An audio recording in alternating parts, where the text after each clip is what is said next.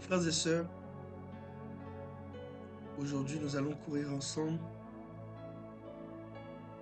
sur le thème de l'expiation. J'aimerais parler d'une facette de la doctrine du salut qui est l'expiation. Premièrement, nous remarquons que la loi a été comme un professeur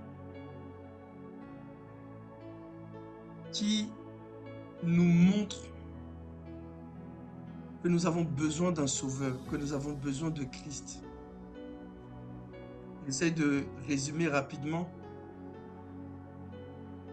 Vous allez voir que dans Romains chapitre 7, du verset 1 jusqu'au verset 25, l'apôtre Paul disait que nous étions vendus au péché, que la loi est spirituelle, la loi est bonne, la loi est sainte, parce que Dieu lui-même, qui est la loi, qui est le fondement même de la loi, est bon et est saint. La loi est parfaite, parce que Dieu lui-même est parfait. Retenez ces deux choses-là, ces trois choses.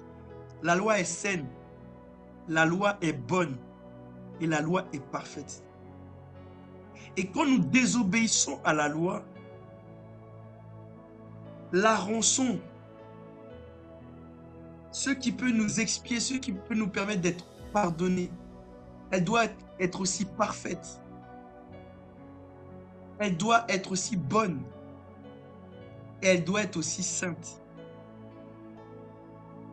Bref, elle doit avoir les mêmes attributs de Dieu. Mais le problème, c'est que notre chair est faible. Chaque fois qu'on veut faire le bien, finalement, on fait le mal. Et vous allez voir même dans le verset 24, l'apôtre Paul dit « Misérable que je suis, qui pourra me délivrer de ce corps ?» À chaque fois que je lis la parole, je vois la vérité et je veux la faire. Il y a quelque chose à l'intérieur de moi qui m'empêche de le faire. En fait, la parole vient révéler nos imperfections. La parole vient révéler nos imperfections. Mais le problème, c'est qu'elle ne vient pas arranger nos imperfections. La loi vient mettre en lumière nos faiblesses, mais elle ne nous fortifie pas. C'est ainsi, mes frères et sœurs, que tant que nous ne sommes pas en relation avec Christ, tant que nous ne sommes pas en communion avec Christ, à chaque fois que tu vas lire la parole, à chaque fois que tu vas lire la loi, elle va chaque fois mettre à l'extérieur tes imperfections. Mais elle peut te faire aussi tomber en dépression. Pourquoi? Parce que tu vas te dire que je suis loin d'arriver et je n'ai pas la force et les compétences d'appliquer la Bible. Mes frères et sœurs, il est impossible pour un homme d'appliquer la parole de Dieu, d'appliquer la loi de Dieu. La Bible dit par exemple, l'amour espère tout, l'amour croit tout, l'amour supporte tout. C'est ça la loi du royaume. La loi du royaume, c'est la loi royale. La loi divine est basée sur une seule chose. La Bible dit que la loi et les prophètes est basée sur une seule chose qui est l'amour. Or, cet amour nous demande de faire des choses que l'humain ne peut pas faire. C'est ainsi que si nous voulons obéir à Dieu, il faut que Dieu nous vienne en aide.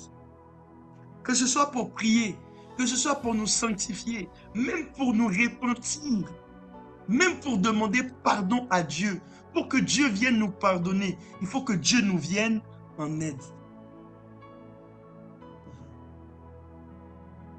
Vous allez voir que dans la suite des temps, nous allons parler de l'esprit de repentance.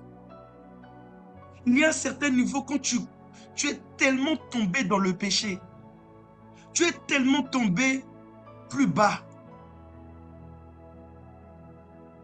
que tu n'as même plus la force de te relever. Tu n'as même plus la force de demander à Dieu pardon. C'est ce qu'on appelle le mystère de l'iniquité. Le mystère de l'iniquité, c'est une puissance qui peut même te pousser à ne plus avoir la force de te repentir, de demander pardon, de revenir à Dieu. Est-ce que vous savez que nous avons même besoin de l'aide de Dieu pour revenir à Dieu? Nous avons besoin de l'aide de Dieu pour nous sanctifier. En fait, la loi était un pédagogue pour nous montrer que les œuvres de l'homme, tout ce qu'il peut faire par sa propre discipline, par sa propre volonté, par sa propre initiative, ne mène qu'à l'échec. En fait, vous allez voir que dans l'Ancien Testament, il y avait beaucoup de choses. Et aujourd'hui, on va parler de l'Ancien Testament. Comment dans l'Ancien Testament, on essayait d'obéir à la loi. On essayait de demander pardon à Dieu. On essayait de nous repentir de nos péchés. Et Dieu, parfois, laissait faire l'homme. Et vous pouvez voir dans l'Ancien Testament les dérives qu'il y a eu, toutes les lois qu'il y a eu. Il y a eu il y a eu plus de 66 lois. Après les 10 commandements, il y a eu d'autres lois même que les hommes ont rajoutées pour se sanctifier, pour être encore purs. Mais plus ils voulaient se sanctifier, et plus l'homme devenait mauvais.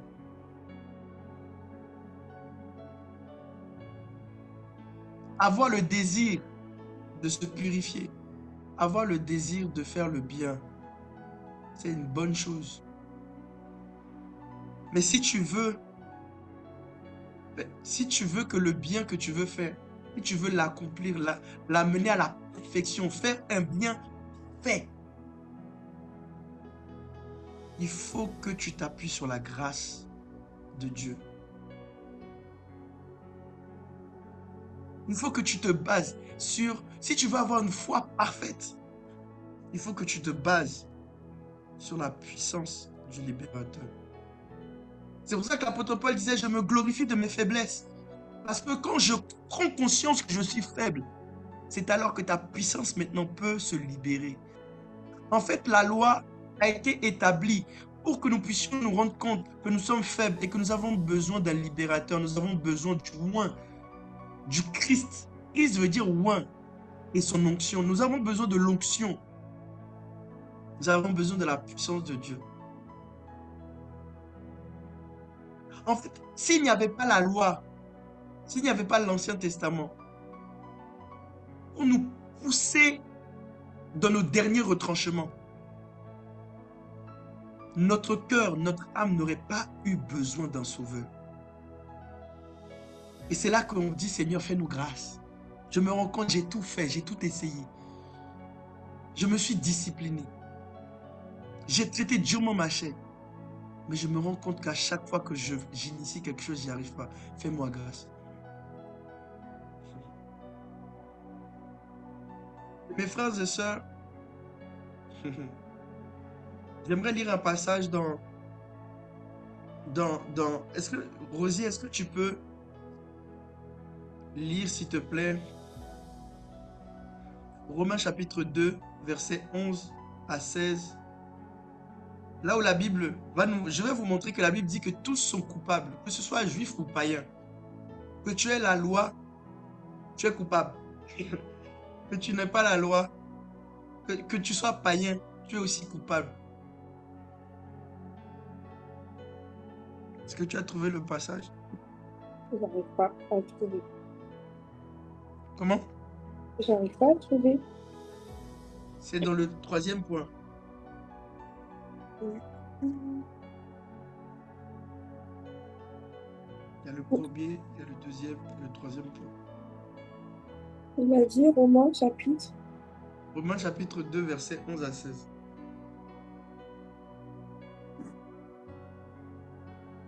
Pendant que tu es en train de te trouver, Oui. je vais lire. Car devant Dieu, Dieu ne fait exception de personne. Tous ceux qui ont péché sans la loi périront aussi sans la loi. Tous ceux qui ont péché avec la loi seront jugés par la loi. Ce ne sont pas en effet ceux qui écoutent la loi qui sont justes devant Dieu, mais ce sont ceux qui la mettent en pratique, qui la justifient.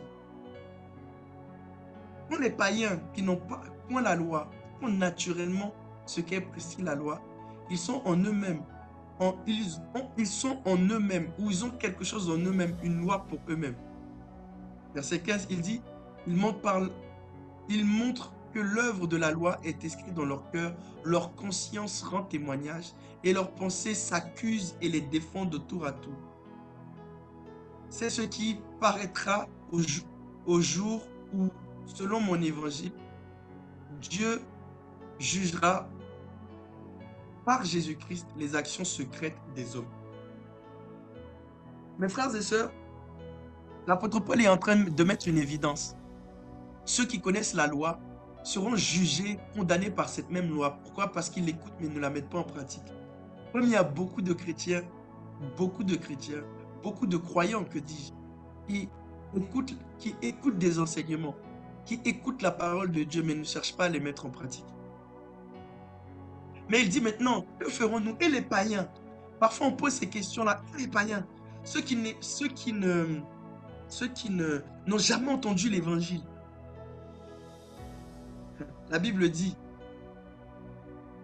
que leur conscience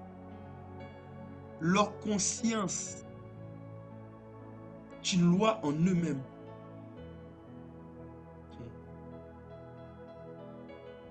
Leur conscience est une loi en eux-mêmes. Et ils seront quand même jugés à cause de leur conscience.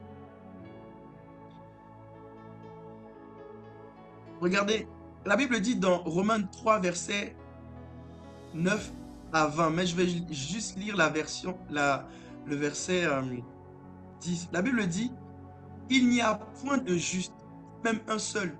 Nul n'est intelligent, nul ne cherche Dieu. Tous sont égarés, tous sont pervertis. Il n'y en a aucun qui fasse le bien, pas même un seul. » Mes frères et sœurs, quand la Bible dit que le païen sera jugé à cause de sa conscience, parce que la Bible dit, dans ce même Romain, que l'homme connaissait Dieu, l'homme avait une notion de Dieu, mais l'homme a voulu rejeter Dieu. J'essaie d'aller vite pour pas qu'on perde trop de temps. L'homme avait conscience de Dieu avant. Et dans tout homme que Dieu crée, il a laissé une part de notion de Dieu en lui. Vous n'avez pas remarqué, quand tu lis la parole avec l'Esprit de Dieu, il y a je ne sais pas si ça arrive à certaines personnes, quand tu lis la parole, tu as l'impression que ce que tu es en train de lire, tu le connaissais déjà. Moi, ça m'est déjà arrivé. Avant même que je lise la Bible, avant même que j'arrive dans certaines écritures, le Seigneur parlait dans mon cœur. Mon cœur me disait certaines choses. Et c'est quand j'ai lu la Bible que je me suis rendu compte que ce que mon cœur me disait, c'était Dieu qui me parlait au travers de mon cœur. David disait, mon cœur dit de ta part, cherche l'Éternel. Donc, dans chaque cœur, dans chaque conscience de l'homme, il y a une partie que Dieu s'est réservée à lui seul, où son cœur peut lui parler. Mais maintenant, l'homme charnel, l'homme vendu au péché, l'homme rebelle, il éteint cette voix dans sa tête. Tout païen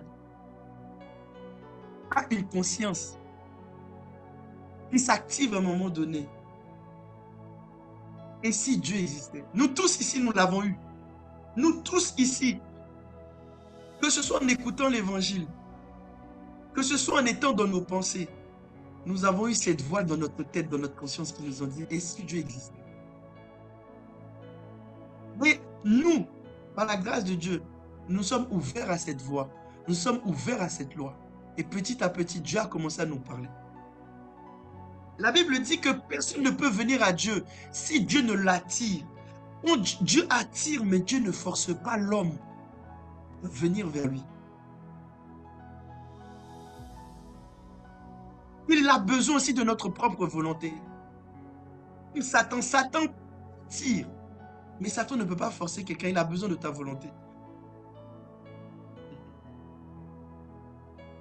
Là où nous, les croyants, nous avons la loi écrite.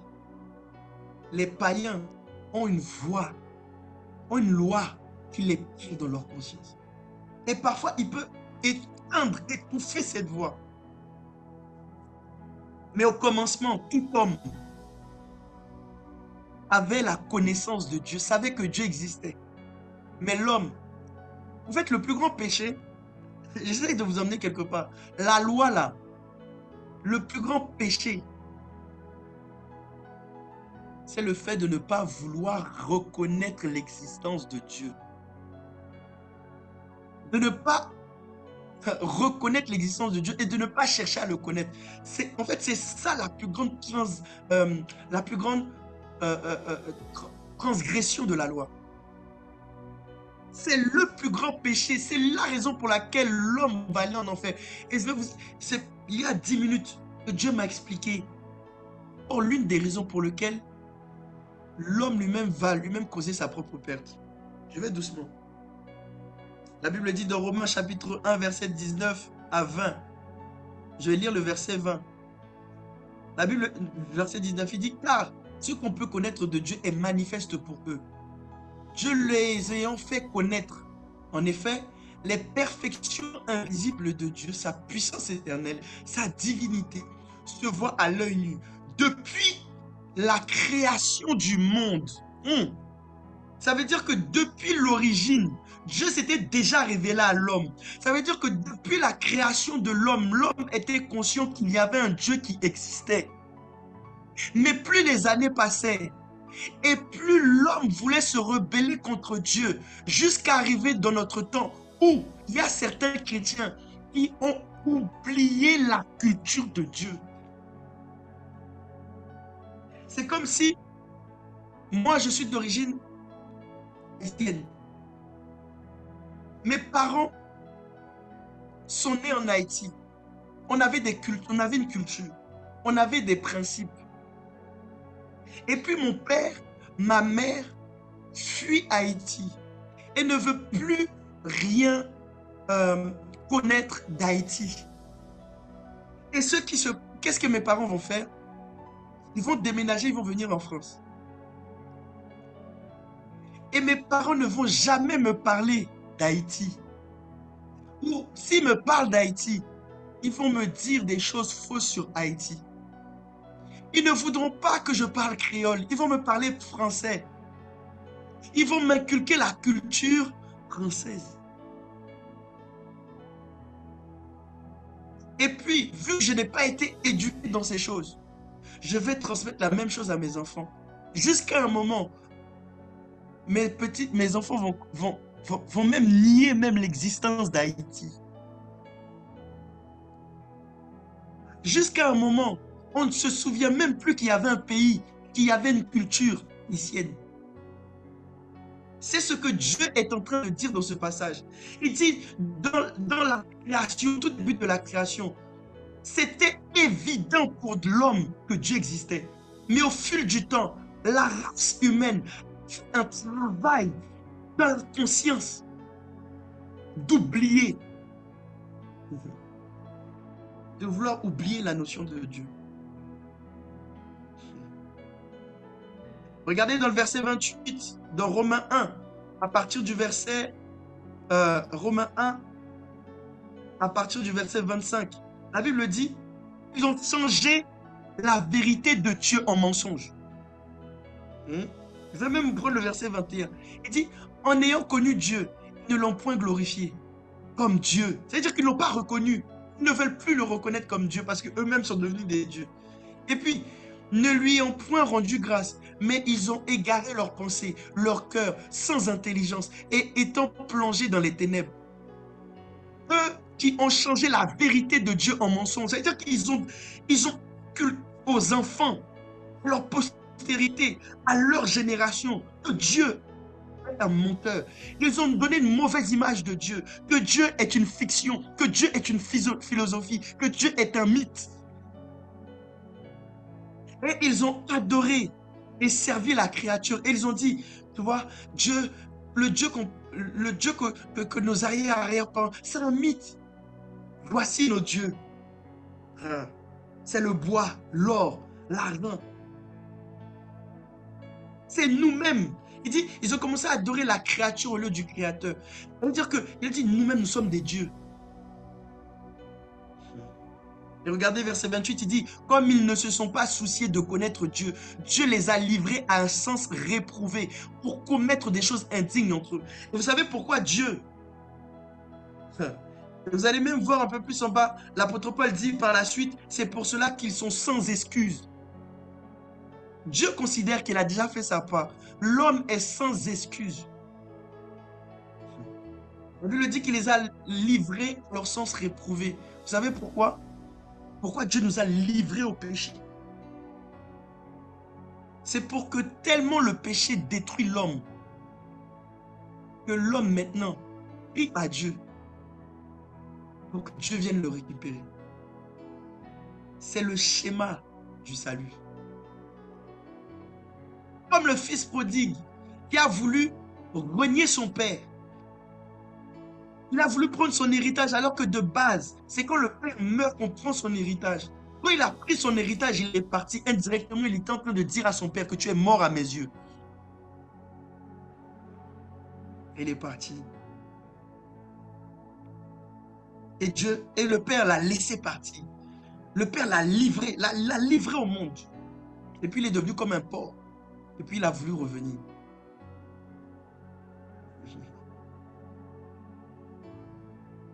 De la même façon que l'apôtre Paul pouvait dire, vous voyez cet homme-là qui se dit frère, mais qui vit dans le péché, dit livrez-le à Satan, afin que son âme soit gagnée.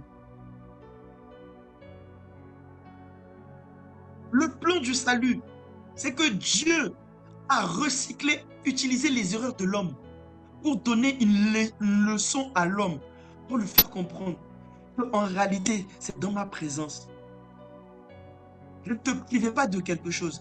Au contraire, c'est dans ma présence que tu as véritablement la liberté, le bonheur et la grâce. Toutes les souffrances que l'homme vit aujourd'hui, que nous vivons aujourd'hui sur la terre, c'est parce que l'homme a voulu montrer à Dieu qu'on n'a plus besoin de lui, on n'a plus besoin d'exister, on n'a plus besoin de lui, on peut être maître et Dieu à notre propre place. La preuve pour vous montrer cela, quelques exemples historiques. Adam, bien qu'ils ont péché, entendaient la voix de Dieu. Ensuite, ses enfants, Caïn et Abel, reconnaissaient la voix de Dieu. Mais vous allez voir que la séparation a commencé à être faite petit à petit. Caïn a commencé à sortir dans la face de Dieu. Et puis vous allez arriver dans Genèse chapitre 11, versets 1 à 9. Je les cite comme cela. La Bible dit, bâtissons-nous une ville, une tour qui s'appelle Babel. Babel était une ville de rébellion. Et qu'est-ce que Dieu a fait? Dieu est descendu et a divisé le langage. Est-ce que vous savez que à Babel, il y avait des millions et des millions de dieux, de faux dieux. Et Babel réunissait toutes les nations du monde. Babel réunissait toutes les nations du monde. Je vous emmène quelque part. Hein. Babel était une ville qui était créée pour résister et élever une rébellion. C'est comme si, non seulement ils ont rejeté Dieu, mais ils ont décidé de faire un édifice, de faire un hôtel spirituel pour contre-attaquer Dieu. Dieu nous a rejetés. On va lui faire un coup d'État. Et Dieu a divisé leur langage pour qu'ils puissent se disperser sur la face de la terre. Et c'est les pères des nations ont pris un engagement. C'est que dans nos pays, là où on va aller, on va créer une haine de Dieu. C'est pour cela que vous allez voir que toutes les nations aujourd'hui ont une haine face à Dieu. Ou bien les nations ont leur propre Dieu. Tout cela a tiré pour origine Babel. Les pères des nations, il a dit, ok, tu as divisé nos langages, il n'y a pas de problème. Mais là où on va aller, on va garder la même culture de la rébellion. Et on va faire en sorte que les prochaines générations grandissent dans l'ignorance du vrai Dieu. C'est la raison pour laquelle, mes frères, de la même façon que les pères des nations se sont répandus sur toute la terre pour prêcher, pour prêcher des faux dieux, pour répandre l'ignorance et les ténèbres sur la terre. C'est comme ça que le diable a relâché son réseau sur la terre pour dominer la terre, feugler ce monde. Nous avons été envoyés sur la terre pour répandre la bonne nouvelle et la vérité sur Dieu.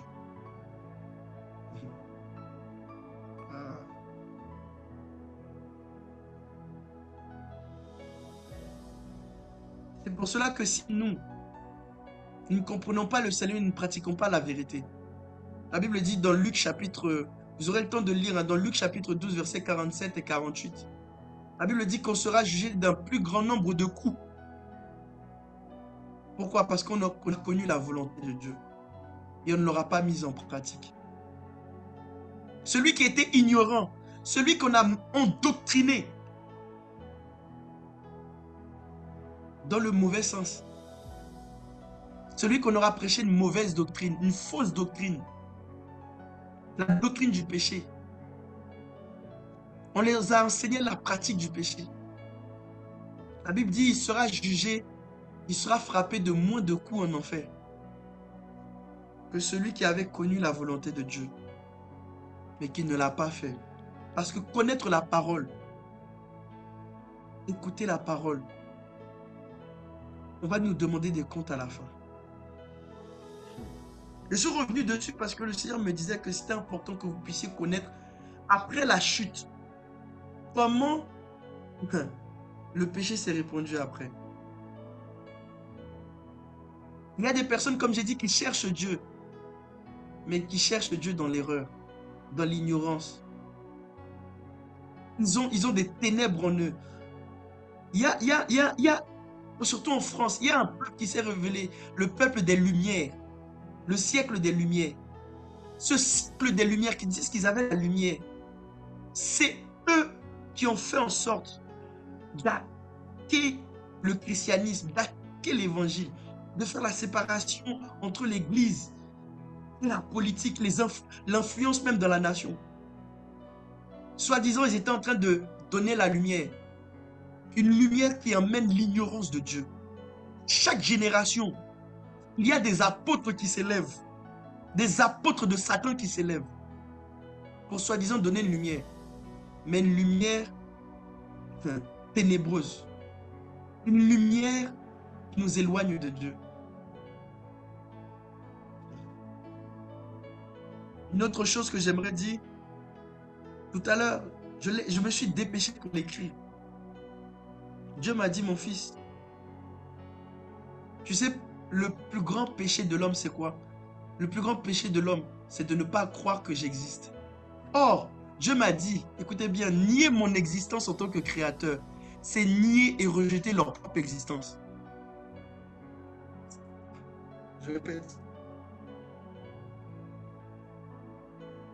Nier l'existence de Dieu sur la terre.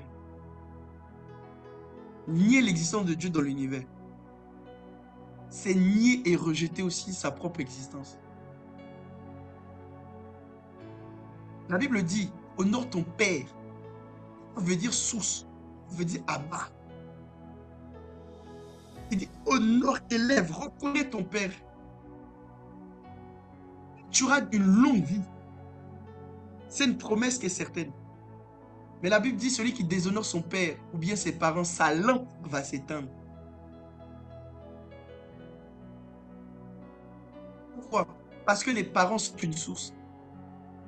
Or, quand tu maudis et que tu ne reconnais pas ton père, quand tu ne reconnais plus ta mère, quand tu ne les valorises plus, tu ne veux plus être en contact avec eux, tu es indifférent à leur présence. Dans ton esprit, comme le Fils dit que c'est comme s'il est mort. Tu ne te rends pas compte, mais pendant qu'il est mort dans ton esprit, tu as en même temps éteint la source de ta vie. Et Dieu m'a dit, l'homme va mourir. Le païen va mourir. Pas parce que je veux qu'il meure, mais parce qu'en niant mon existence, c'est comme s'il est en train de retirer les racines qui lui permettent de vivre. Il va faner, il va mourir. L'homme qui ne reconnaît pas l'existence de Dieu, c'est comme un arbre qui dit que je ne proviens pas de la terre. C'est un arbre qui ne veut pas avoir de racines. Il va fléter, il va être coupé, il va être jeté au feu, il va mourir. C'est le plus grand péché de l'homme, qui est le fait de ne pas croire en la divinité de Dieu. C'est pour ça que Christ est revenu, pour que nous puissions croire que Dieu existe. De croire en lui. C'est pour ça que c'est par la foi. En fait, la seule chose qui nous permet de nous reconnecter au Père, de nous reconnecter à la source, c'est la foi. Il existe, il est réel. La Bible dit, celui qui ne croit pas au Fils, il n'a pas la vie. Il est coupé de la vie. Il dit, comme le Père a la vie, il a donné au Fils d'avoir la vie. Et celui qui croit au Fils a la vie. Mais celui qui ne croit pas, il est déjà condamné. En fait, ce n'est même pas Dieu qui condamne l'homme, c'est l'homme qui se condamne lui-même à mourir. C'est comme si aujourd'hui, moi-même, je prends la décision. Je dis, l'eau n'existe plus. La nourriture n'existe plus. J'ai déjà signé mon arrêt de mort. Or, l'homme ne vivra pas simplement de pain. La source de la vie de l'homme est tirée de ce qui sort de la bouche de Dieu. Ce qui permet à l'homme de vivre, c'est la présence de Dieu. Le fait de rejeter la présence de Dieu, l'homme a mis le compte à rebours pour sa mort. Je suis en train de vous donner plein d'exemples comme ça. Des exemples simples pour que vous puissiez expliquer l'évangile aux gens. C'est important. Maintenant, comment faire en sorte pour réparer cette dette? Il y a ce qu'on appelle l'expiation. L'expiation, c'est quoi? C'est le sac. En fait, l'expiation, c'est le fait de couvrir le péché. Ou encore de purifier le péché. Et je vais vous montrer que dans l'Ancien Testament, on ne faisait que couvrir le péché. Mais on ne pouvait pas effacer le péché. C'est que l'œuvre de Christ, qui est parfaite, non seulement qui a couvert le péché, mais qui a effacé le péché de par son amour.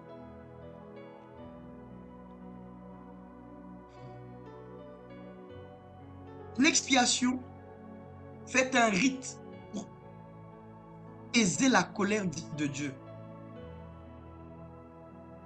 L'expiation, c'est une souffrance imposée et acceptée à la suite d'une faute, qui est considérée comme un remède ou une purification. L'expiation, je suis en train de donner beaucoup de versets pour que vous puissiez, une définition pour que vous puissiez bien comprendre. L'expiation, c'est la réparation faite à Dieu pour un péché qu'on a commis. L'expiation, dernière définition, c'est un châtiment ou une souffrance considérée comme compensation ou une réparation d'un délit ou d'une faute. En fait, la justice, c'est quoi? C'est comme quelqu'un qui t'a fait du mal. Et on a attrapé le voleur. On a attrapé la personne qui t'a fait mal. Maintenant, je pense qu'on connaît ça dans les familles haïtiennes. Imaginons que l'enfant a fait des bêtises. Tu l'attrapes. Il a cassé quelque chose, etc. Tu l'attrapes. Et puis tu réfléchis. Combien de coups je vais lui donner en proportion par rapport au vase et à la bêtise qu'il a faite. Et n'est-ce pas, parfois nos parents pouvaient nous taper. Et puis, la personne même qui était offensée dit, c'est bon, ça suffit. Je suis satisfait. L'expiation signifie satisfaction. Quand par exemple tu dis je veux réparer, je veux me faire pardonner. En réalité, le vrai pardon vient quand la personne qui a eu un dommage est totalement satisfait. Donc on impose une souffrance à la personne, on impose une sanction à la personne pour que la personne qui a eu l'offense là, pour que l'offensé soit satisfait dans son cœur, soit apaisé. Qu'il a reçu la monnaie de sa pièce. C'est ça l'expiation. C'est ça l'expiation. L'expiation, c'est quand même l'offensé, l'offenseur, pardon, celui qui a fait l'erreur, sans que l'action que j'ai posée, l'acte que j'ai posé pour demander pardon, demander réparation, supprime ma culpabilité. Ça ne vous est jamais arrivé? Tu fais une erreur et puis tu te demandes pardon, mais la culpabilité reste. Parce que l'expiation ou encore la réparation, la sanction doit, à un certain niveau, pour que la culpabilité diminue. Tu as l'impression que tu n'as pas fait assez. Juste demander pardon, ce n'est pas suffisant. Je dois faire quelque chose pour véritablement m'excuser. En réalité, c'est que l'action que tu as posée, l'expiation que tu as posée, n'était pas au niveau des erreurs que tu as faites. Du coup, la culpabilité reste. Et vous savez, c'est quoi le problème avec la dette qu'on a envers Dieu? C'est que la dette est inestimable. La dette est inestimable. Peut-être à un homme, tu peux lui faire du mal. Et je sais pas moi, un homme, tu peux lui faire du mal. Et il y a des actions que tu peux poser. Et quand tu vois, tu as satisfait la personne, toi-même aussi, tu as satisfait ta culpabilité. C'est bon, on repart à zéro. Mais la dette qu'on a envers Dieu ne pourra jamais ôter notre culpabilité. Il fallait qu'il y ait un sacrifice équivalent au même niveau d'offense de Dieu. Puisque Dieu est parfait et que l'offense qu'on lui a donnée, en fait, Dieu est parfait et infini. Donc la faute qu'on l'a faite a une dimension aussi infinie. Donc l'homme qui est limité, l'homme qui est pécheur, l'homme qui est... En fait, peu importe ce qu'il va faire, le sacrifice qu'il va faire, il aura toujours la sensation dans son cœur qu'il n'a pas fait assez. Ah. Est-ce que je peux dire quelque chose?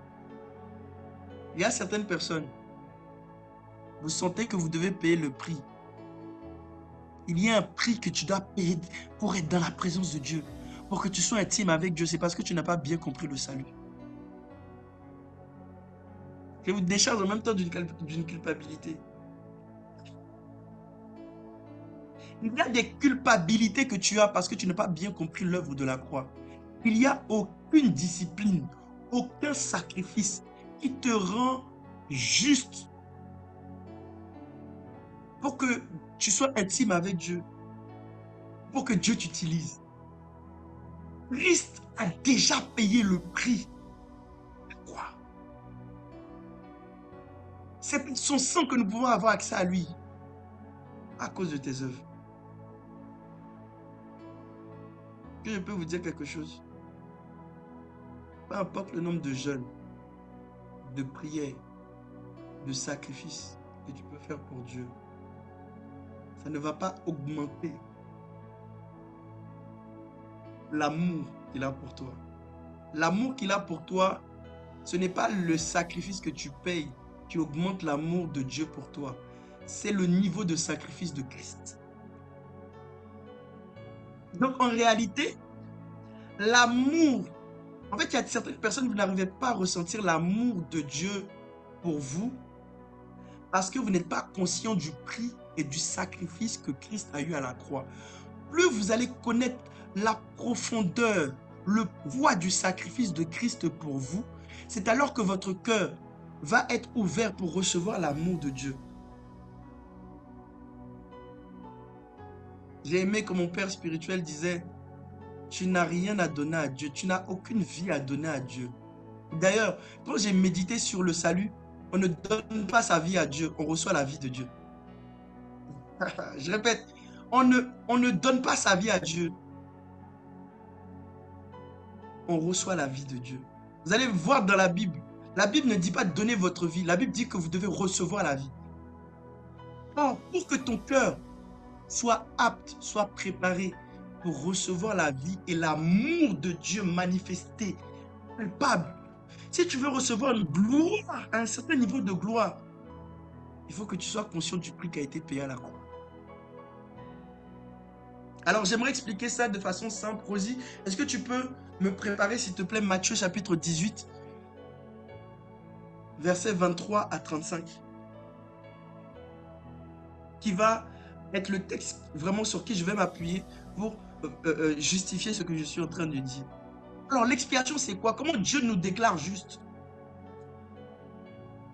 Il y a un juge. Un juge ne peut pas libérer un voleur, par exemple, qui a dérobé 1000 $, 1000 euros.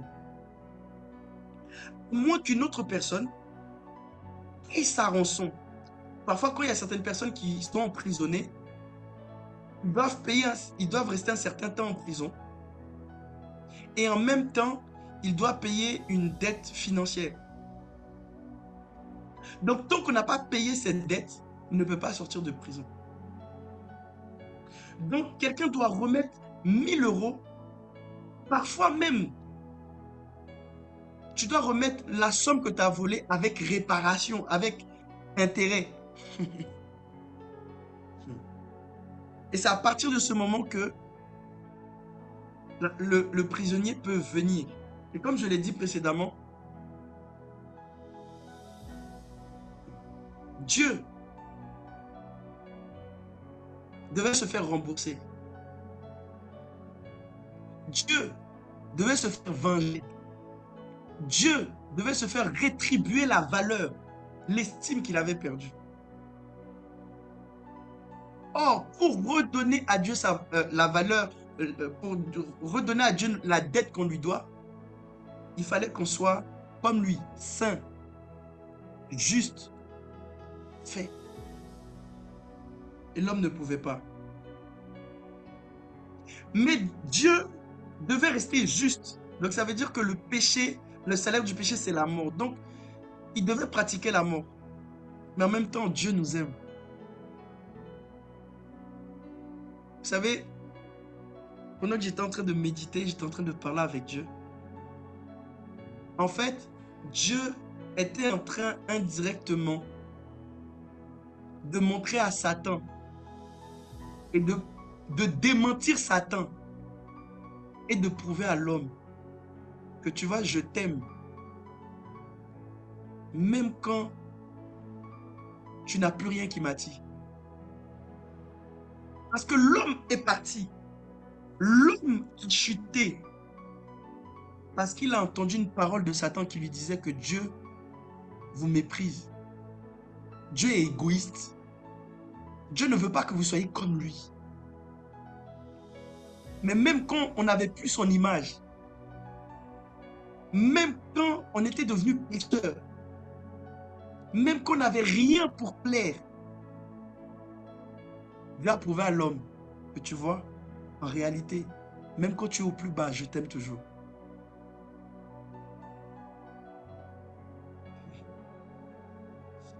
C'est l'amour la plus profonde qu'on peut donner. De la même façon que Satan, c'est une stratégie très profonde, très antique de Satan. Il a fait la même chose avec Job. Il a dit, n'est-ce pas parce que tu as béni Job que Job te sert?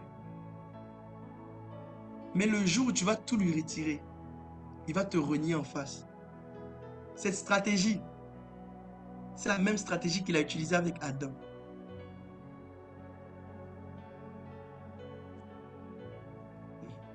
La même stratégie.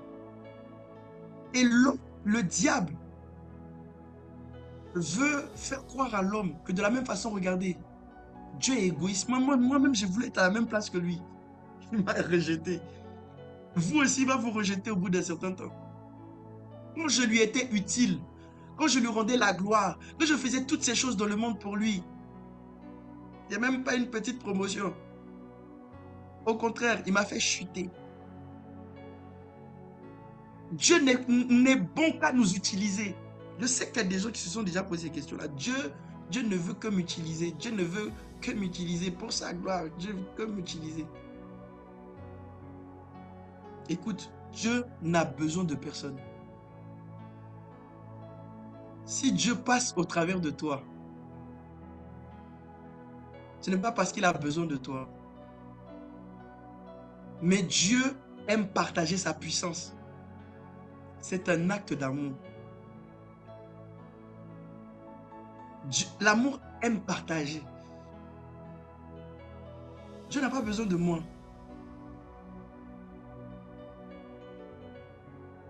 Même quand Dieu manifeste sa puissance au milieu de nous, ce n'est même pas pour nous montrer qu'il est puissant. C'est pour nous manifester son amour. Toute action que Dieu fait envers l'homme, d'action, toute puissance qu'il libère pour l'homme, c'est juste pour son amour. C'est juste pour nous manifester son amour. La Bible dit, à peine mourrait-on pour un juste. Même pour quelqu'un qui apparemment on considère bon dans ce monde, on ne mourrait même pas pour lui. Mais Dieu nous a prouvé son amour. Donc regardez comment Dieu a non seulement appliqué sa justice, c'est-à-dire qu'il y a eu quelqu'un qui a reçu un châtiment, parce que la loi doit être appliquée, mais en même temps, il a manifesté son amour et il nous a sauvés en même temps. La formule de Dieu. Matthieu chapitre 18, verset 23 à 35. Matthieu chapitre 18, verset 23. C'est pourquoi voici à quoi ressemble le royaume des cieux. Un roi décida de régler ses comptes avec ses serviteurs. Il commençait à le faire quand on lui amena un qui lui devait une énorme somme d'argent. Cet homme n'avait pas de quoi rendre cet argent. Alors son maître lui donna l'ordre de le vendre comme esclave et de vendre aussi sa femme, ses enfants et tout ce qu'il possédait afin de rembourser ainsi la dette. Voilà, arrête-toi là. En fait, c'est cette histoire qui est en train de se passer. Dieu est un roi. En fait, vous devez véritablement comprendre que l'évangile n'est pas une démocratie. L'évangile, ou même le monde spirituel, fonctionne comme un royaume. Et la Bible dit que nous étions ses serviteurs. Nous qui étions ses serviteurs, on n'avait pas les ressources nécessaires pour le payer. Donc, qu'est-ce qu'il a fait? Il a dit, vendez-le, qu'il devienne esclave jusqu'à ce qu'il me rembourse. Est-ce que tu peux continuer?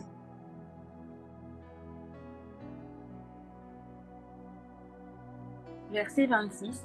Le serviteur se jeta à genoux devant son maître et lui dit, prends patience envers moi et je te payerai tout.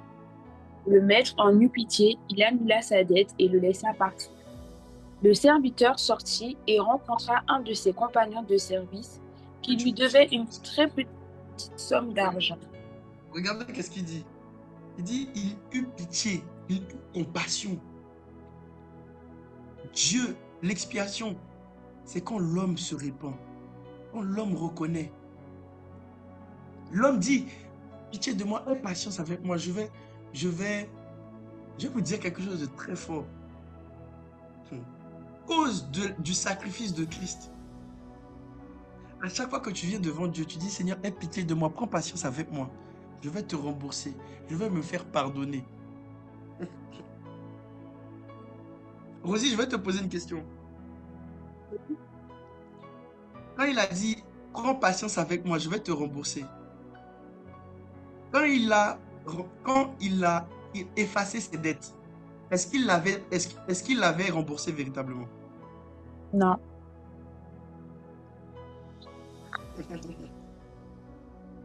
Ah, à chaque fois que Dieu voit que tu as un cœur repentant, tu dis, Seigneur, laisse-moi une seconde chance. Tu vas voir. Dieu sait qu'il y a une faiblesse en toi. Dieu ne s'attache pas à tes promesses. Mais à chaque fois qu'il voit que tu as un cœur repentant, que tu veux le plaire, il te pardonne de suite. Donc toi, tu te lèves. Tu dis, c'est bon, cette fois-ci, je vais mieux faire. Cette fois-ci, je vais mieux faire. En pensant que c'est quand tu vas mieux faire, Dieu va te pardonner. Or, dès que Dieu voit que tu as un cœur repentant, sur base du sacrifice de Christ, il t'a déjà pardonné. C'est comme ça, vous partez parfois. Vous allez dans la présence de Dieu, demande pardon, tu dis, Seigneur, laisse-moi prendre une seconde chance. Je vais faire mieux. Et puis tu pars avec une dette, avec un challenge de vouloir satisfaire le cœur de Dieu. de te faire pardonner. Alors que Dieu, lui, dans son cœur, il t'a déjà pardonné. Est-ce que tu peux continuer, s'il te plaît? Alors, le serviteur sortit et rencontra un de ses compagnons de service qui lui devait une très petite somme d'argent. Il le saisit à la gorge et le serrait à l'étouffer en disant, paye-moi ce que tu me dois. Le compagnon se jeta à ses pieds et lui supplia en ces termes, prends patience envers moi et je te payerai. Mais l'autre refusa, bien plus, il le fit jeter en prison en attendant qu'il ait payé sa dette. Quand les autres serviteurs virent ce qui était arrivé, ils en furent profondément attristés et allèrent tout raconter à leur maître. Alors, le maître fit venir ce serviteur et lui dit, méchant serviteur, j'ai annulé toute ta dette parce que tu m'as supplié de le faire. Tu devais toi aussi avoir pitié de ton compagnon, comme j'ai eu pitié de toi. Le maître était fort en colère et il envoya le serviteur aux travaux forcés en attendant qu'il ait payé toute sa dette. Et Jésus ajouta, oui, vas-y. Et Jésus ajouta, c'est ainsi que mon Père qui est au ciel vous traitera si chacun de vous ne pardonne pas à son frère de tout son cœur. En fait, pourquoi nous devons pardonner? On doit pardonner comme Dieu nous a pardonné. Tu dois pardonner les gens, pas parce qu'ils vont satisfaire ton cœur. Ton cœur sera apaisé parce qu'ils vont vouloir réparer leurs actions. Mais tu dois t'appuyer sur l'œuvre de la croix que Christ lui-même a payé déjà le prix pour les personnes qui vont t'offenser. Il dit, tu aurais dû le faire. Tu aurais dû le faire. Je vais vous dire quelque chose. À chaque fois que tu ne pardonnes pas à ton frère et à ta soeur, c'est comme si indirectement, les bénéfices de l'œuvre de la croix s'estompent pendant un certain temps. Et là, le châtiment de Dieu vient sur toi. Oui. Je vais vous parler de quelque chose. Tout à l'heure, le Seigneur m'a conduit dans une recherche pour vous montrer comment le royaume des cieux est comme un royaume. Le Seigneur m'a conduit dans une recherche Et Dieu m'a dit, est-ce que tu sais qu'est-ce que c'est que... Est-ce que tu sais ce que c'est que une société de recouvrement? Parce qu'en réalité, l'expiation, c'est le recouvrement de nos péchés, de nos offenses. C'est comme si Dieu fermait les yeux. Il fermait les yeux sur notre péché. Ou même parfois, il efface notre dette. Alors, source de service public dit qu'une société de recouvrement est une entreprise qui se charge de réclamer le remboursement d'une somme d'un débiteur qui doit à un créancier. Donc, la société de recouvrement fait un contrat avec quelqu'un qui avait prêté de l'argent, un débiteur. Maintenant, quand le client ne paye pas, au lieu que ça soit le débiteur qui va aller réclamer son dû, il va aller passer par un prestataire qui est la société de recouvrement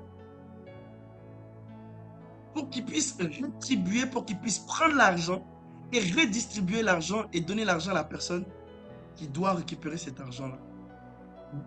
Vous voyez, en fait, là, je suis en train de vous montrer juridiquement, spirituellement, comment cela s'est passé. Jésus est la société de recouvrement. Ah. Le pire a une colère en lui, mais il envoie Christ pour trouver une solution, pour recouvrir notre dette. Maintenant, regardez ce qui se passe. Encore une fois, dans le service public, il dit quelles règles doit respecter la société de recouvrement lorsqu'elle va rentrer en contact avec la personne endettée. Donc la société de recouvrement, qu'est-ce qu'elle doit faire? Elle doit envoyer une lettre de mise en demeure par courrier simple ou bien par lettre commandée avec accusé de réception. Elle doit comporter plusieurs informations dessus, notamment le nom, l'adresse et le siège social de la société de recouvrement. Cette lettre de recouvrement, en réalité, c'est le message de l'évangile. C'est la parole de Dieu, avec accusé de réception. Parce que Dieu veut s'assurer que tu as bien reçu le message de la bonne nouvelle. Dans cette lettre, quand tu reçois cette lettre, tu es conscient qu'on peut te poursuivre en justice. Ou bien que tu as une dette. On te fait comprendre que tu as une dette. Peut-être celui qui avait pris l'argent n'était pas conscient peut-être qu'il avait oublié. Mais la lettre va lui rappeler sa mémoire, va lui raviver sa mémoire que tu dois une dette. Maintenant, dans cette lettre, la société de recouvrement doit mettre son nom, son siège social. Et dans l'évangile, on présente Dieu, on présente le nom qui nous a été donné, qui est venu nous sauver. Christ, pour le moment, est venu nous sauver, est venu nous aider. Mais si on ne paye pas la dette tant, ce qui va se passer, Christ maintenant va venir comme un juge. Aujourd'hui, il est comme un sauveur pour essayer de nous sortir de notre situation, pour essayer de trouver une situation. Mais si on prend trop de temps, il va venir comme un juge. Dans cette lettre de mise en demeure, il est obligatoire qu'il y ait des informations pour trouver un recouvrement à l'amiable, pour trouver une solution.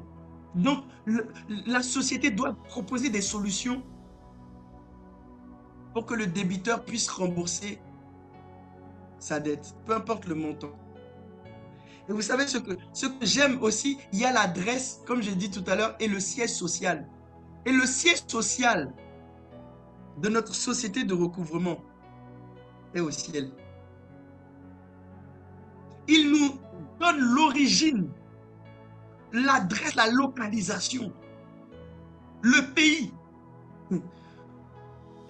de notre débiteur. De la même façon que l'évangile nous parle du royaume des cieux. Et les lois, les règles, la juridiction du royaume des cieux. Ensuite, il explique aussi l'origine de cette dette. Il explique l'origine de cette dette et le délai qu'il a pour payer cette dette et où est-ce qu'il doit le payer. Or, l'évangile nous explique quelle est la racine de notre dette. L'évangile nous explique où cette dette doit être payée à la croix. Cette dette de mise en demeure donne aussi des prescriptions sur le lieu où le débiteur doit aller, sa juridiction. Or, la Bible dit qu'il est permis à un homme de mourir une seule fois. Après la mort, il n'y a plus de retour en arrière. C'est que sur la terre que véritablement tu peux croire en Christ. Toutes les doctrines qui disent qu'après la mort, tu vas avoir une autre résurrection, tu auras une seconde chance. Non, la lettre de juridiction t'explique la juridiction là où tu dois payer la dette.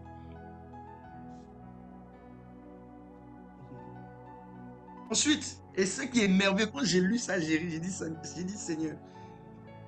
Troisième question, comment répondre à la société de recouvrement? Dans tous les cas, c'est le service public qui dit, vous pouvez demander de l'aide à un avocat ou un commissionnaire de service, c'est-à-dire un ancien huissier de justice, gratuitement. Et on peut le rencontrer gratuitement. Je pense que vous voyez là où on veut en venir. Donc, le délai n'est pas encore arrivé. On peut trouver une solution. On peut aller trouver un avocat ou un huissier de justice, un commissaire de justice, gratuitement, sans payer, pour trouver une solution. Or, Christ est notre avocat. Christ est celui qui plaide devant Dieu. Il montre son sang. Christ est celui qui nous défend dans le tribunal. Christ est celui qui nous défend face à la loi. Christ est celui qui nous défend, nous qui sommes dans les bancs d'accusés, jugés coupables. Est-ce que vous voyez la beauté de l'évangile? Les choses que vous voyez sur la terre sont des pâles copies des choses qui se représentent dans le ciel. La Bible dit qu'on peut comprendre le royaume des cieux. Jésus avait l'habitude de prendre des exemples des choses terrestres pour expliquer des choses célestes. Parce que les choses terrestres, souvent, même les autorités, les organisations, etc., sont inspirées. Il y a une certaine inspiration de Dieu. Pour que le jour où le pécheur va le rencontrer, il va lui dire, va sur le site de service public. Tout est enseigné là-bas. Tout est enseigné là-bas. Mais c'est juste que tu n'as pas cherché à me connaître, ni à chercher à connaître ma justice. Maintenant, mes frères et sœurs, j'aimerais qu'on fasse un retour en arrière pour vous montrer comment, dans l'Ancien Testament, l'expiation du péché était faite. C'était fait par des animaux. Dans le culte de la première alliance, et vous pouvez voir cela dans Lévitique, chapitre 16, du verset 3 au verset 16 et le verset 30. On n'aura pas forcément le temps de lire, mais je vais paraphraser. Vous allez voir que Aaron, le souverain sacrificateur, qui était en réalité, dans notre histoire, la société de recouvrement, l'avocat, l'intermédiaire, le médiateur. Les sacrificateurs jouaient ce rôle-là entre Dieu et les hommes. Dieu les avait ordonné Dieu les avait ordonné d'avoir un jour d'expiation. Et ce jour d'expiation, c'est quoi? Ils avaient deux sacrifices à faire. Premièrement, ils devaient offrir un sacrifice d'offrande avec un taureau. Le taureau. Un jour, peut-être, on en parlera, le taureau. Vous savez, dans la Bible, le taureau symbolise Mammon. Le taureau symbolise euh, les fausses divinités. Le taureau symbolise aussi l'ego, l'orgueil de l'homme. Le taureau. Il devait faire un sacrifice pour lui et pour sa famille et ensuite pour le peuple. Déjà ça pose problème. Parce que le sacrifice devait être parfait. Il offrait un sacrifice, mais lui, il était encore pécheur. Or, Christ était lui-même le sacrifice et il était lui-même le souverain sacrificateur qui était parfait, sans tâche. Il n'avait pas besoin il n'avait pas besoin de se sacrifier pour lui-même parce qu'il n'avait commis aucun péché. Donc, son sacrifice était parfait. Il y avait un deuxième sacrifice que le sacrificateur devait faire. C'est qu'il devait prendre un bouc émissaire. Vous allez voir en français, on aime utiliser cette expression « Ah, on m'a pris pour un bouc émissaire ». Un bouc émissaire, c'est quoi? On prenait un bouc, on lui imposait les mains et on devait lui transférer tous les péchés du peuple d'Israël. Et on lui imposait la main sur la tête. Et ensuite, après, qu'est-ce qu'on faisait? On l'envoyait dans le désert par le soin d'un homme. Le fait de lui envoyer dans le désert était le symbole que Dieu les a pardonnés et que Dieu éloignait le péché au milieu d'eux. Dieu éloignait le péché dans leur présence. Le désert, là, on voit le péché dans le bouc émissaire dans le désert. C'était comme si Dieu non seulement nous pardonnait, mais en même temps, il éloignait cela au milieu de nous. Le bouc émissaire a été le bouc émissaire. De la même façon que dans la société, parfois, il faut qu'on trouve un coupable. Un bouc émissaire, ce n'est pas véritablement lui qui a péché, ce n'est pas véritablement lui qui a fait la faute, mais il faut qu'on trouve quelqu'un.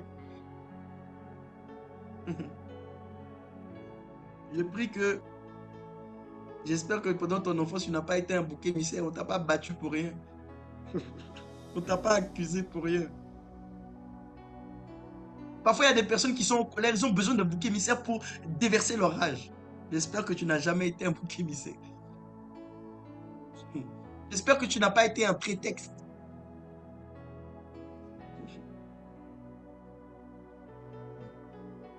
Dans la politique, ça se fait beaucoup. Il faut qu'on trouve un coupable pour peser la paix du peuple. Et le vrai coupable est en liberté. Christ a été notre bouc émissaire. À quoi ça servait l'imposition des mains? L'imposition des mains servait à s'identifier et à transférer. Le coupable devait s'identifier à la victime, au sacrifice. En fait, c'était l'acte. C'était ce qui annonçait l'acte parfait de substitution de Christ. La substitution, c'est quoi? C'est le fait d'échanger nos places. À chaque fois, tu t'identifies à Christ. À chaque fois, tu t'identifies à Christ. Christ prend ton péché. Et toi, tu prends sa sainteté. Le bouc n'avait rien fait de mal. Le bouc était saint. Pendant qu'il en posait les mains, le peuple prenait la pureté du bouc.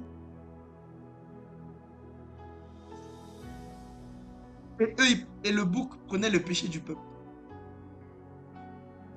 Mais le problème avec ça, c'est que en prenant la sainteté du bouc, l'homme restait toujours animal. En fait, Dieu leur avait demandé de sacrifier un animal. Parce que l'homme était toujours un homme animal. Et le problème, c'est que il devait le faire à chaque fois qu'il péchait. Lui, il sacrifiait des moutons. Je connais un homme qui a sacrifié des milliers, qui a fait beaucoup de sacrifices, Salomon. Je vais vous dire quelque chose. Il y a des personnes, parce qu'ils sont rongés par la culpabilité, ils transforment ça par beaucoup de cadeaux. Il y a des gens, ils te font beaucoup de bien. Ils peuvent te faire beaucoup de cadeaux. Il y a même des personnes qui servent beaucoup, beaucoup Dieu. Ce n'est pas parce qu'ils aiment Dieu, c'est parce qu'ils sont beaucoup coupables. Vous allez voir que les voleurs font beaucoup de dons.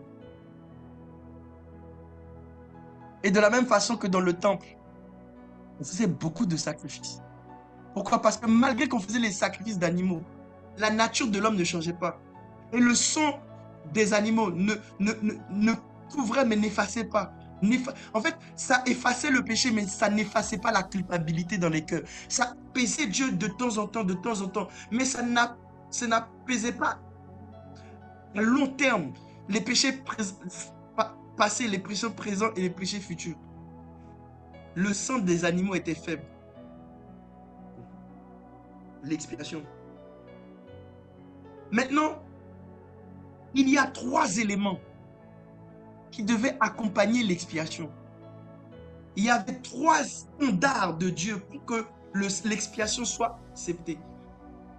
Rosie, est-ce que tu peux me lire, s'il te plaît, Lévitique chapitre 1, versets 3 à 4. Lévitique chapitre 1, le verset 3 et 4 nous dit: Si son offrande est un holocauste de gros bétail, il offrira un mâle sans défaut. Il offrira à l'entrée de la tente d'assignation devant l'Éternel pour obtenir sa faveur. Il posera sa main sur la tête de l'holocauste qui sera agréé de l'Éternel pour lui servir d'expiation. Mes frères et sœurs, le premier élément, c'est que l'animal devait être sans défaut. Or, mes frères et sœurs, comme je vous ai dit, le fait que ça soit un animal, c'est déjà un problème. Enfin, c'est pour cela que Christ, qui avait la nature divine en lui, qui avait la vie de Dieu en lui, c'était le seul que quand on allait croire en son sacrifice, nous identifier à son sacrifice, nos péchés allaient venir sur lui. Sa divinité allait venir sur nous. Mes frères et sœurs, tant que c'est un animal qui était sacrifié, notre cœur allait toujours rester animal. Nous allons toujours avoir cette nature charnelle en nous. Mais quand tu t'appuies sur le sacrifice de Christ, ta nature change, la nature de ton cœur change. Vous savez pourquoi? Parce que spirituellement, le sang de l'animal qui est sacrifié, spirituellement se mélange avec le tien. Vous allez même voir que c'est comme ça que dans certaines cultures, on boit le sang des animaux. Et pendant qu'il boit le sang des animaux, il manifeste le caractère même de l'animal. C'est ainsi que, en nous identifiant à l'œuvre de Christ, Christ qui est l'agneau fait sans défaut, nous sommes en communion avec son sang.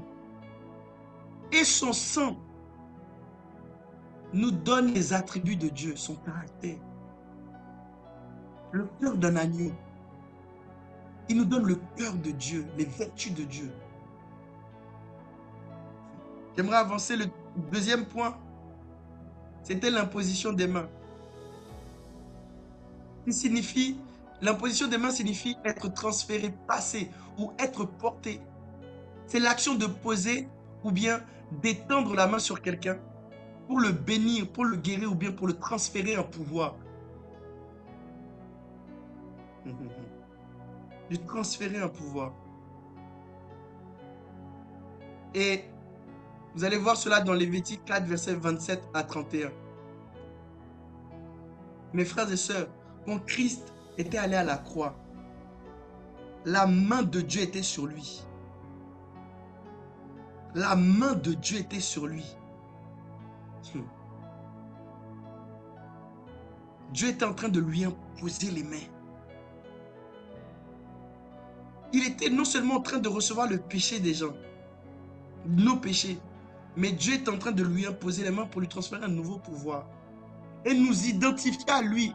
Quand il allait se relever, quand il allait ressusciter, nous aussi, puisqu'on s'identifie à lui, sa résurrection sera aussi notre résurrection.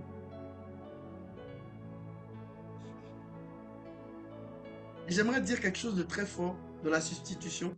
J'aime prendre cet exemple-là. En fait, Jésus, nous étions comme des personnes qui allaient aller en prison. Et puis Jésus a dit, attendez, moi je vais prendre leur place. J'accepte toutes les actions qu'ils ont, toutes les accusations, je les prends pour moi. Mais maintenant, ce qu'il nous demande, nous, c'est de nous convertir, de prendre sa nature, de prendre sa vie. Ce qu'il aurait dû faire de son vivant, nous acceptons de le faire de notre vivant. C'est comme si Fredler vient, prend ma place, alors que j'allais aller en prison. Mais Fredler a des enfants. Fredler a une famille. La moindre des choses, si je suis reconnaissant du fait qu'il a pris ma peine, ce que je vais faire, c'est que ce que Fredler aurait fait en étant en liberté, la vie que Fredler a laissée à côté, je vais y prendre soin. Je vais y prendre soin. Spirituellement, c'est comme ça que cela se passe. Tu donnes ta mort à Christ et Christ te donne sa vie. Et tu décides maintenant de vivre avec Christ, de vivre pour Christ. De la même façon que je vivrai, non plus pour moi, mais je vis pour Fredler. En fait, la vie que je vais continuer à mener, c'est une deuxième vie. Ce n'est pas ma vie, c'est la vie du Christ. C'est la vie du Christ. Troisième élément qu'il fallait, c'était le sang versé de l'agneau sacrificiel. C'était le sang versé de l'agneau sacrificiel. Il n'y a rien de plus puissant. Il n'y a rien qui a le plus de valeur dans le monde spirituel que le sang. Et son sang est infini. Jusqu'à aujourd'hui, son sang continue toujours de couler. En fait, notre péché était tellement profond. Notre dette était infinie. Il fallait qu'il y ait un sang infini. Jusqu'à aujourd'hui, le sang de Jésus agit. Là, la Bible dit le sang de Jésus est plus fort que le sang d'Abel. Wow.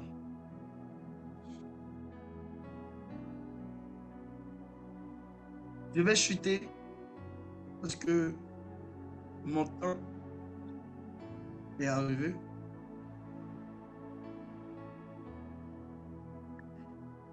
Comme je l'ai dit tout à l'heure, le sacrifice des animaux était limité. Est-ce que tu peux me lire, s'il te plaît, Hébreux chapitre 9, verset 1, verset 7 à 10. Hébreux chapitre 9, verset 7 à 10. Et dans la seconde, le souverain sacrificateur seul entre une fois par an, non sans y porter du sang qu'il offre pour lui-même et pour le péché du peuple. Le Saint-Esprit montrait par là que le chemin du lieu très saint n'était pas encore ouvert, tant que le premier tabernacle existait. Verset 9. C'est une figure pour le temps actuel où l'on présente des offrandes et des sacrifices qui ne peuvent rendre parfait sous le rapport de la conscience celui qui rend ce culte. Regardez, il dit, ce culte, c'est-à-dire là où il y a des offrandes, là où il y a des sacrifices, ne peuvent pas rendre parfait. C'est-à-dire ne peuvent pas nous satisfaire sur le rapport de la conscience. Souvenez-vous, je vous ai dit que l'homme avait un problème au niveau de sa conscience. Il avait une conscience qui était déréglée. Et l'une des premières manifestations même du péché, c'est la culpabilité. C'est une conscience qui est pervertie. Et il dit que malgré qu'il y avait le sang des animaux, les conséquences du péché, l'effet du péché qui est l'amertume, la dépression, la culpabilité. En tout cas, les œuvres mortes que le péché produit, la haine, toutes ces choses, les offrandes et les sacrifices ne pouvaient pas changer ça. Vous savez, c'est comme quand un venin, un serpent vous pique. Ce n'est pas la morsure qui est importante, même si la morsure, les endroits de la morsure se referment. Même si tu peux mettre un pansement dessus, le pansement ne va pas retirer le venin. Vous savez, quand Satan t'attaque, quand Satan passe par un serpent, un de ses enfants ou bien quelqu'un qui est charnel, quand Satan passe, comme Jean-Baptiste pouvait dire, une race de vipères, ce n'est pas la morsure qui est importante. Ce n'est pas la blessure qui est importante. C'est l'effet de la blessure. C'est l'effet de la morsure. Le serpent peut te donner une petite blessure. Et puis tu te dis que je vais mettre un pansement dessus. Je vais jeûner. Je vais prier. Je vais chanter. Je vais courir. Quoi d'autre? Je vais aller regarder une série. Je vais passer du temps avec des amis. Tout ça, ce sont les pansements qui peuvent couvrir la blessure. Mais les conséquences, qui est le venin qui a été injecté après la blessure, c'est ça qui va faire le plus de dégâts. Il y a certaines personnes au milieu de nous, la blessure a guéri, elle a même cicatrisé, mais elle t'a déformé de l'intérieur. La blessure n'était pas profonde, mais les conséquences de la blessure fait que tu n'as plus confiance aux gens. Fait qu'il y a une amertume, il y a de la culpabilité. Ta conscience n'est plus en paix, ton esprit est troublé, ton âme est troublée. La blessure, ça peut être le fait que tu as fait quelque chose qui n'était pas agréable aux yeux de Dieu. Puis tu demandes pardon à Dieu. Tu sers Dieu encore plus en ce moment. Mais les conséquences à l'intérieur de ton cœur a été déformé. Ça a touché ton sang, ça a touché des parties vitales. C'est ce qui se passe quand tu fais... En fait, regardez, je vais vous dire quelque chose. De la même façon que le sacrifice des animaux ne pouvait pas purifier la conscience de l'homme, ne pouvait pas traiter l'homme en profondeur, dans son cœur, dans sa nature. Il ne pouvait pas retirer la culpabilité. Aujourd'hui, il n'y a aucune offrande de pardon qui va retirer la culpabilité. Il n'y a aucun jeûne de repentance qui va retirer la culpabilité. Il n'y a aucune... Regardez, je vais vous dire quelque chose. Hein. Même la prière de repentance. Tant que ta prière de repentance ne se base pas sur l'œuvre de Christ, tu vas te demander pardon. Tu vas demander pardon. Tu seras toujours infecté. Aujourd'hui, j'entends même parler des œuvres de rachat, des offrandes de rachat. Tout ça, ça ne va pas retirer la culpabilité. Même pour les bonnes œuvres, tu peux faire toutes les bonnes œuvres du monde. Je vais vous dire quelque chose. J'ai oublié qui m'avait dit ça. Je crois que c'est Fredley. Est-ce que vous savez d'où viennent les prix Nobel? Les prix Nobel viennent d'un monsieur qui s'appelle Monsieur Nobel, qui était à l'initiative de la dynamite. Et à cause de son invention, il y a eu beaucoup de guerres, beaucoup de gens qui ont été tués. Le monsieur a été rongé par la culpabilité. Et il s'est dit, ce que je vais faire, c'est grâce à ça que je me suis enrichi. Mais cette richesse-là, toute cette richesse, il n'a pas retiré la culpabilité dans son cœur. Donc qu'est-ce qu'il a fait? Il a commencé à rendre des prix Nobel de paix, à féliciter, à décorer les personnes qui font le bien, qui ramènent la paix dans le monde. Mais je suis sûr que malgré ça, le monsieur est mort avec beaucoup de chagrin. Je vous l'ai dit, peu importe les bonnes œuvres que vous allez faire, même si vous multipliez les sacrifices, ça ne va jamais purifier notre conscience. Notre cœur va rester inchangé. Ça ne va jamais retirer la dette que tu penses.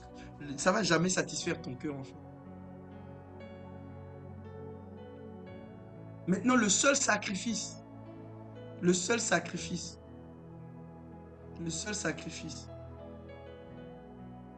qui peut nous délivrer de toutes ces choses, c'est le sacrifice de Christ. On va lire cela, on va lire 2 passages et je chute dessus. Hébreux chapitre 9, versets 11 à 14, s'il te plaît. Et après, Hébreux chapitre 10, verset 4. Hébreux 9, versets 11 et 14 nous dit « Mais Christ est venu comme souverain sacrificateur des biens à venir. Il a traversé le tabernacle plus grand et plus parfait qui n'est pas construit de main d'homme, c'est-à-dire qui n'est pas de cette création. Et il est entré encore une fois pour toutes dans le lieu très saint, non avec le sang des boucs et des veaux, mais avec son propre sang, ayant obtenu une rédemption éternelle. Car Yes. si le Une sang des rédemption éternelle. Vas-y, continue. Car si le sang des taureaux et des boucs et la cendre d'une vache répandue sur ceux qui sont souillés sanctifie et procure la pureté de la chair, combien plus le sang de Christ, qui par un esprit éternel s'est offert lui-même sans tache à Dieu, purifiera-t-il votre conscience des œuvres mortes, afin que vous serviez le Dieu vivant. Regardez, il dit, son esprit est éternel. L'esprit d'un animal n'est pas éternel, mais l'esprit de l'homme est éternel. Le sang de Christ est éternel. Et c'est la seule qui a la capacité de purifier notre conscience des mauvaises œuvres. Et regardez qu'est-ce qu'il dit. Il dit afin que vous serviez le Dieu vivant. Ce n'est pas en servant le Dieu vivant que notre conscience des œuvres mortes vont partir. Au contraire, c'est en acceptant le sang que Christ a offert, que Dieu a donné gratuitement. On n'en a rien payé. La seule chose que nous devons faire, c'est accepter qu'il y a quelqu'un qui a payé le prix à notre place. Et c'est la seule chose qui va nous rendre dignes de le servir et de servir un Dieu vivant. Donc, tu vas vouloir servir Dieu pour purifier ton âme des œuvres mortes. Tu vas servir un Dieu qui est mort. Tu ne vas jamais pouvoir expérimenter Dieu de façon vivante. Tu ne vas jamais pouvoir expérimenter un amour vivant avec Dieu. Ce n'est pas possible. Ce n'est pas possible. Ce n'est pas possible.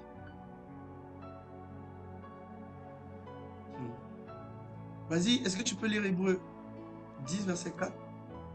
Hébreux 10, verset 4 nous dit « Car il est impossible que le sang des taureaux et des boucs ôte les péchés. » Car il est impossible que le sang des taureaux, des taureaux sauve, ôte le péché. Vous savez pourquoi? La Bible dit même dans l'Apocalypse qu'il y a des animaux qui devront eux aussi entrer en tribunal. Ils sont eux-mêmes qui vont être jugés selon leurs œuvres. Même dans l'Ancien Testament, il y avait des animaux qui étaient impurs. Ça veut dire que le sang même les animaux sont sous la domination du péché. Mais Christ, une fois pour toutes, nous a purifiés. Donc mes frères et sœurs, arrêtez de vous punir vous-même. Arrêtez de vouloir faire une auto-expiation. apprenez à servir Dieu dans la gratitude. La vraie preuve que notre conscience est purifiée, mes frères, ce n'est pas une émotion, ce n'est pas l'émotion, ce n'est pas la culpabilité, ce n'est pas ce que tu ressens. La vraie liberté, c'est le fait juste d'aimer Dieu et d'obéir à Dieu par amour. Oui, la gratitude. Tu comprends l'œuvre de Christ, tu as la gratitude. Christ a payé le prix pour que Dieu soit satisfait. Tu n'as plus besoin de satisfaire Dieu.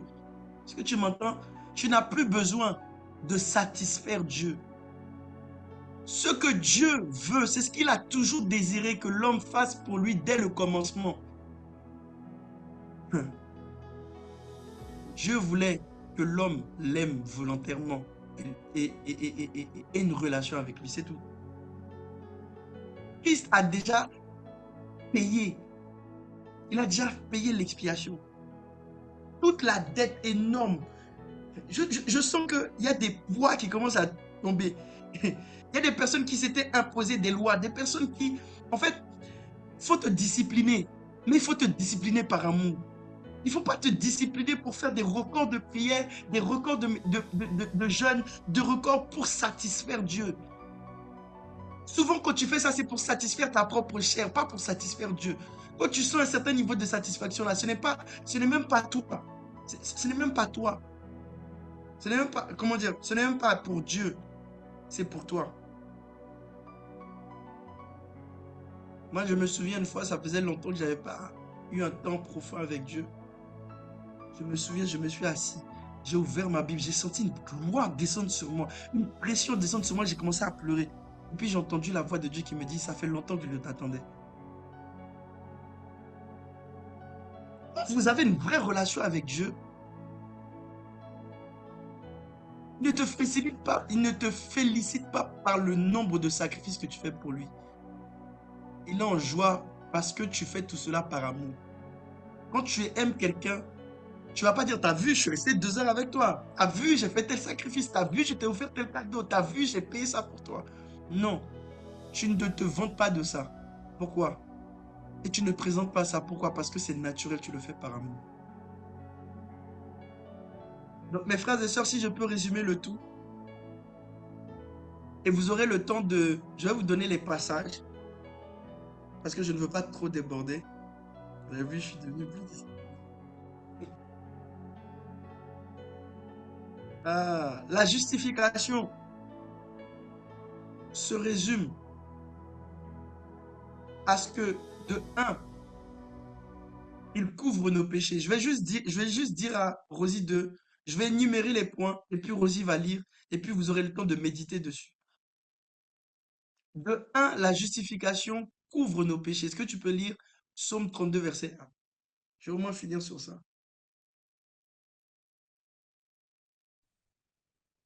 Je dois lire Psaume 32. Verset 1, c'est sur le document. Psaume 32, verset 1 nous dit « Heureux celui à qui la transgression est remise, à qui le péché est pardonné. » Yes. Donc la justification nous donne la joie parce qu'il couvre nos péchés. Deux, il efface ensuite nos péchés. Ésaïe 43, verset 26, 25. Steve, s'il te plaît. Ésaïe 43, le verset 25 nous dit « C'est moi, moi qui efface tes transgressions pour l'amour de moi, et je ne me souviendrai plus de tes péchés. » Donc Dieu ne se souvient plus de tes péchés. Quand quand Dieu te lave, il efface ton péché, il ne se souvient plus. C'est toi, tu te souviens. C'est ça qui crée ta culpabilité. Quand tu t'appuies sur l'œuvre de la croix, tu lui donnes tout. J'ai dit à une sœur tout à l'heure, moi, j'ai un principe que j'ai avec Dieu. Quand je vois que je suis perdu, j'ai dit à Dieu, recommence à zéro. Recommence à zéro. J'ai la foi d'un enfant. Un enfant oublie. Il dit, Seigneur, je te demande pardon, etc. Maintenant, j'oublie, recommence à zéro. Ensuite, il détourne une colère qui était méritée. Psaume 78, verset 8. Psaume 78, verset 8 nous dit, afin qu'ils ne fussent pas comme leur père, une race indocile et rebelle, une race dont le cœur n'était pas ferme et dont l'esprit n'était pas fidèle à Dieu. Hmm. Vous voyez? Donc, Dieu détourne une colère qui était méritée. Deuxièmement, et pour terminer, il purge nos péchés. Psaume 79, verset 9. Psaume 79, le verset 9 nous dit, aide-nous, Dieu de notre salut, pour la gloire de ton nom, délivre-nous et pardonne nos péchés à cause de ton nom. Yes, yes. Et Hébreu 1, verset 3. Hébreux 1, verset 3 nous dit, et qui, étant le reflet de sa gloire et l'empreinte de sa personne, et soutenant toutes choses par la parole de sa puissance, a fait la purification des péchés et s'est assis à la droite de la majesté divine dans les lieux très hauts. Yes. On va prier. Libra suta la bahatus que palia delege de belia. Limazun telebra haska valia teliga. Limazun toloba hante liga hato sopa hate liga atelia. Va prier. Tu vas demander à Dieu pardon. Tu vas lui demander pardon pour un péché. Ce péché, c'est l'ignorance. Le fait de vouloir satisfaire Dieu. La Bible dit, venant avec assurance devant le trône de la grâce. Il est juste et fidèle pour nous pardonner. Durant le trône de la grâce, il veut que tu retires toute culpabilité et que tu puisses rendre des actions de grâce pour l'œuvre de la croix.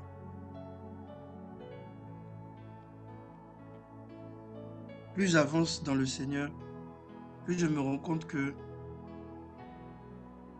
si on ne fait pas les choses par amour pour Dieu, on n'aura plus de carburant. La culpabilité, l'amertume va nous tuer. Le mystère de l'iniquité va nous tuer. Mais si en connaissant le mystère de la croix, que chaque jour on se lève, on s'appuie sur l'œuvre de la croix, on s'appuie sur sa grâce, il nous soutient, il nous fortifie. Dis à Dieu, Seigneur, je me répands. Seigneur, moi je me répands. Seigneur, je me répands toutes les fois où je m'appuie sur mes propres œuvres pour que tu puisses m'aimer. Alors que quand j'étais dans le monde, quand j'étais dans mon péché, tu m'aimais déjà. Seigneur, je veux œuvrer, je veux prier, je veux me sanctifier. Pas parce que j'ai une dette, pas comme un religieux qui a des devoirs à faire. Mais je veux, Saint-Esprit de Dieu, le faire par amour. Je veux le faire par redevabilité, par reconnaissance. Parce que Seigneur, tu as été le bouc émissaire. Tu as été celui qui a été lapidé pour nous. Tu as été celui, jusqu'à aujourd'hui, on crache dessus. Ton dos est large. Tu as souffert pour nous.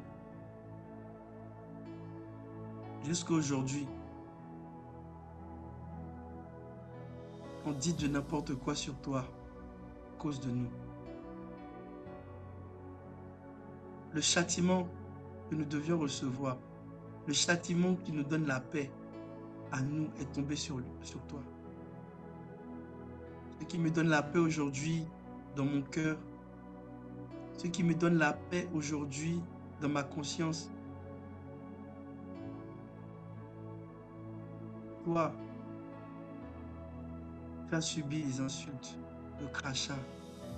Il y a des gens qui se réunissent pour dire que tu n'existes pas. pour dire que tu es un mythe. Seigneur, je ne veux pas avoir honte de toi. Je veux tellement t'aimer. Je ne veux pas avoir honte de toi. Si tu n'as pas eu honte de moi à la croix, quand tu étais tout nu à la croix, quand tu étais exposé à toutes sortes de souffrances, tu n'as pas eu honte de nous. Tu as manifesté ton amour jusqu'au bout, jusqu'à la mort. Ton amour était fort, jusqu'à ça t'a tué pour nous. Ça t'a tué pour moi.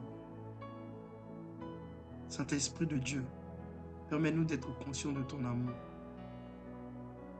Permets-nous d'être conscients de ta grâce. Permets-nous d'être conscients de ta faveur. Père, je t'ai ainsi prié. Au nom de ton Fils. Amen, amen.